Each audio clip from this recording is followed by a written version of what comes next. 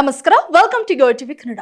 ದಳ ನಾಯಕರು ಮೀಟಿಂಗ್ ಮೇಲೆ ಮೀಟಿಂಗ್ ಮಾಡುತ್ತಿದ್ದು, ಇದು ಜೆಡಿಎಸ್ ಪಾಳಯದಲ್ಲಿ ತೀವ್ರವಾದ ಬದಲಾವಣೆ ತರಲಿದೆ ಎಂಬ ಮಾತುಗಳು ಕೇಳಿ ಬರ್ತವೆ.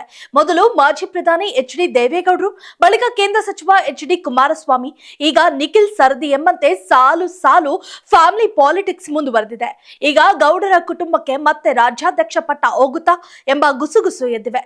ಈಗಾಗಲೇ ಪಕ್ಷದಲ್ಲಿ ಹಿರಿಯರಿದ್ದು, ಇದಕ್ಕೆಲ್ಲ ಇವರ ಒಪ್ಪಿಗೆ ಎಷ್ಟರ ಮಟ್ಟಿಗೆ ಸಿಗುತ್ತೆ ಎನ್ನುವುದು ಪ್ರಶ್ನೆ ಆಗಿದೆ. ಈ ಬಗ್ಗೆ ತಿಳಿಯಬೇಕಾದ್ರೆ ಈ ಕಂಪ್ಲೀಟ್ ವರದಿಯನ್ನ ನೋಡಿ. ಹೌದು, ಬಿಜೆಪಿಯಲ್ಲಿ ಮುಂದುವರೆದ ಕುಟುಂಬದ ರಾಜಕಾರಣ ಈಗ ಕಿಚ್ಚು ಹಚ್ಚಿದೆ.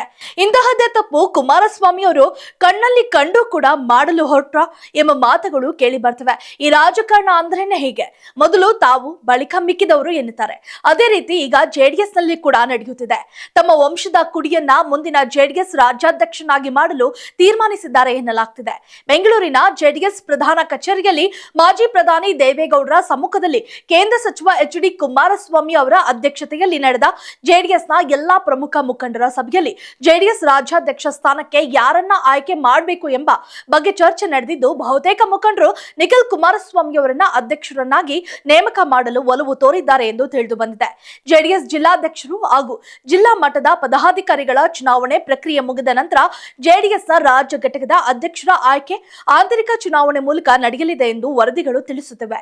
ಈ ಬಗ್ಗೆ ಮಾತನಾಡಿರುವ ಕೇಂದ್ರ ಸಚಿವ ಮತ್ತು ಜೆಡಿಎಸ್ ರಾಜ್ಯ ಅಧ್ಯಕ್ಷ ಎಚ್.ಡಿ. ಕುಮಾರಸ್ವಾಮಿ ಅವರು, ರಾಜ್ಯಾಧ್ಯಕ್ಷ ಸ್ಥಾನಕ್ಕೆ ಯಾರನ್ನ ಆಯ್ಕೆ ಮಾಡಬೇಕು ಎಂಬ ಬಗ್ಗೆ ಈ ಸಭೆಯಲ್ಲಿ ಚರ್ಚೆ ಆಗಿಲ್ಲ. ಪಕ್ಷದ ದ್ವೈವಾರ್ಷಿಕ ಸಾಂಸ್ಥಿಕ ಚುನಾವಣೆ ಸದಸ್ಯತ್ವ ಅಭಿಯಾನ ಚುರುಕುಗೊಳಿಸುವುದು, ಜಿಲ್ಲಾ ಮತ್ತು ತಾಲೂಕು ಪಂಚಾಯಿತಿ ಚುನಾವಣೆ ತಯಾರಿ ಹಾಗೂ ಪಕ್ಷ ಸಂಘಟನೆ ವಿಷಯಗಳ ಬಗ್ಗೆ ಮಾತ್ರ ಸಭೆಯಲ್ಲಿ ಮಹತ್ವ ನಿರ್ಧಾರಗಳನ್ನು ತೆಗೆದುಕೊಳ್ಳಲಾಗಿದೆ ಎಂದು ಹೇಳಿಕೆ ನೀಡಿದ್ದಾರೆ. ಅಲ್ಲದೆ ಮುಂದಿನ ಏಪ್ರಿಲ್ ಒಳಗೆ ರಾಜ್ಯ ಘಟಕದ ಅಧ್ಯಕ್ಷ ಸ್ಥಾನವನ್ನ ಚುನಾವಣೆ ಮೂಲಕ ಆಯ್ಕೆ ಮಾಡುವ ತೀರ್ಮಾನ ಆಗಿದೆ. ಪಕ್ಷದ ಸಂಘಟನೆ ಬಗ್ಗೆ ಪಕ್ಷದ ನಾಯಕರಿಗೆ ಕಠಿಣವಾಗಿಯೇ ಹೇಳಿದ್ದೇನೆ. ಯಾರು ಪ್ರಾಮಾಣಿಕವಾಗಿ ಪಕ್ಷದ ಸಂಘಟನೆಗೆ ದುಡಿಯುತ್ತಾರೋ ಅಂತವರಿಗೆ ಆದ್ಯತೆ ಕೊಡುತ್ತೇವೆ. ನಾನು ಕೂಡ ಪಕ್ಷ ಸಂಘಟನೆಯಲ್ಲಿ ನಿಯಮಿತವಾಗಿ ತೊಡಗಿಸಿಕೊಳ್ಳುತ್ತಿದ್ದೇನೆ ಎಂದು ಕುಮಾರಸ್ವಾಮಿ ಅವರು ಗುಟ್ಟು ಬಿಡದೆ ಸಮರ್ಥಿಸಿಕೊಂಡಿದ್ದಾರೆ. ತದನಂತರ ಜೆಡಿಎಸ್ ತನ್ನ ಬಲವನ್ನ ಕಳೆದುಕೊಳ್ಳುತ್ತಿದೆ ಎಂಬ ಕಾಂಗ್ರೆಸ್ ನಾಯಕ ಎಂ.ಬಿ. ಪಾಟೀಲ್ ಅವರ ಹೇಳಿಕೆಗೆ ಪ್ರತಿಕ್ರಿಯಿಸಿ, ಸಚಿವರೇ, ಮೊದಲು ನಿಮ್ಮ ಪಕ್ಷದ ಕತೆ ನೋಡಿಕೊಳ್ಳಿ. ಹೊಸದಲ್ಲಿ ಆಮ್ ಆದ್ಮಿ ಪಕ್ಷ ಕಾಂಗ್ರೆಸ್ ಅನ್ನ ದೂರ ಇಟ್ಟು ಏಕಾಂಗಿಯಾಗಿ ಚುನಾವಣೆ ಎದುರಿಸುತ್ತಿದೆ. ಇಂಡಿಯಾ ಮೈತ್ರಿಕೂಟವನ್ನ ವಿಸರ್ಜನೆ ಮಾಡಿ ಎಂದು ಜಮ್ಮು ಕಾಶ್ಮೀರ ಸಿಎಂ ಒಮರ್ ಅಬ್ದುಲ್ಲಾ ಹೇಳುತ್ತಿದ್ದಾರೆ. ಮಹಾರಾಷ್ಟ್ರದಲ್ಲಿ ನಾವು ಏಕಾಂಗಿಯಾಗಿ ಸ್ಥಳೀಯ ಸಂಸ್ಥೆಗಳ ಚುನಾವಣೆಯನ್ನ ಎದುರಿಸುತ್ತೇವೆ ಎಂದು ಶಿವಸೇನೆ ಹೇಳುತ್ತಿದೆ. ಅಲ್ಲೆಲ್ಲ ಎಲ್ಲಿದೆ ಕಾಂಗ್ರೆಸ್? ನಿಮ್ಮ ಪಕ್ಷದ ಒಳಗೆ ಏನಾಗುತ್ತಿದೆ ಎನ್ನುವುದನ್ನ ಮೊದಲು ನೋಡಿಕೊಳ್ಳಿ. ನಿಮ್ಮ ಪಕ್ಷದ ತಟ್ಟೆಯಲ್ಲಿಯೇ ಹೆಗ್ಗಣ ಸತ್ತು ಬಿದ್ದಿದೆ ಎಂದು ತಿರುಗೇಟನ್ನ ಕೊಟ್ಟಿದ್ದಾರೆ.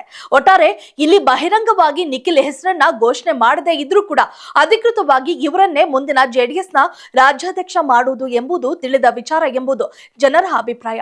ಹೀಗಿರುವಾಗ ಈ ಚುನಾವಣೆಗಳು ನೆಪಕ್ಕೆ ಮಾತ್ರ ಸೀಮಿತನಾ ಗೊತ್ತಿಲ್ಲ. ಈ ಬಗ್ಗೆ ಮುಂದಿನ ಬೆಳವಣಿಗೆಯಲ್ಲಿ ತಿಳಿಯೋಣ.